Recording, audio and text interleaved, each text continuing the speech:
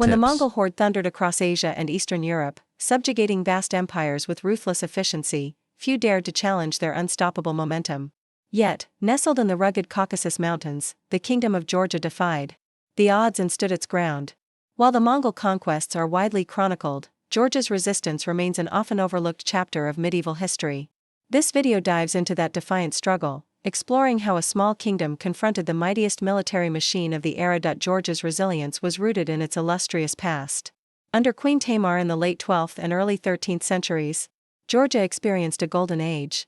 The kingdom flourished, expanding its territory, asserting cultural dominance, and becoming a political powerhouse in the Caucasus. Georgian armies were formidable, their court a beacon of art and literature. Strategically positioned between east and west, Georgia was both a bridge and a bulwark, making it a coveted prize and a critical barrier against eastern invaders. However, as the Mongol Empire under Genghis Khan erupted into a force of devastation, Georgia's strategic importance became a curse. In 1220, as Mongol generals Subutai and Gebe pursued the remnants of the Khwarezmian Empire, they clashed with Georgian forces for the first time. These early encounters were brutal.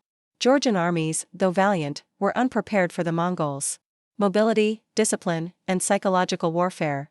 Mongol raids laid waste to Georgian towns, testing the kingdom's resolve and forcing it to adapt rapidly to an existential threat. The battles of Kunin and Bardov became pivotal moments in Georgia's resistance. Facing the Mongol cavalry's legendary hit-and-run tactics, Georgian forces employed defensive strategies, leveraging their mountainous terrain to counteract the Mongols' advantage. Despite moments of tactical brilliance, the sheer exhaustion from continuous raids and the Mongols' ability to strike unpredictably strained Georgia's resources and morale. These battles underscored the harsh reality that bravery alone could not offset the Mongols' superior coordination and relentless pressure. Following the death of Queen Tamar, Georgia entered a period of political instability under her successor, Queen Rusudan.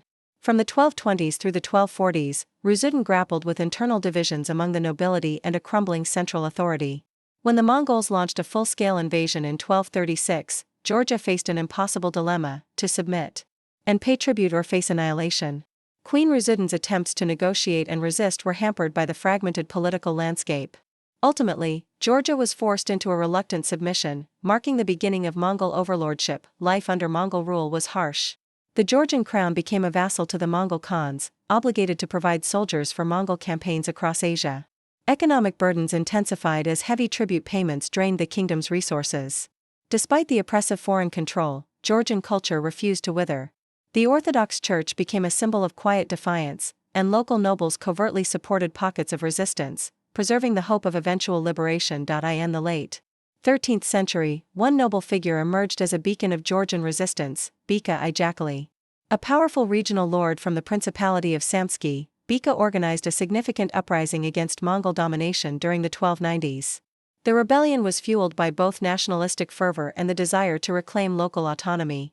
Although the uprising ultimately failed due to Mongol retaliation and lack of unified support from the fragmented Georgian nobility, it reignited a sense of national identity. Bika's defiance symbolized the enduring Georgian spirit, refusing to be extinguished even under overwhelming odds. The Mongol invasions left a lasting imprint on Georgia's political landscape, fracturing its centralized power and altering its military strategies. Yet, amidst the ruin, Georgian culture displayed remarkable resilience. The preservation of Orthodox Christianity, alongside the continued production of literature and art, became acts of quiet resistance.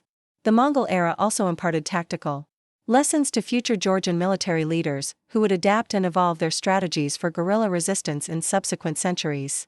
The seeds of future independence movements were sown in these dark times, cultivated by a collective memory of defiance. Reflecting on Georgia's struggle against the Mongols reveals a narrative of tragic heroism.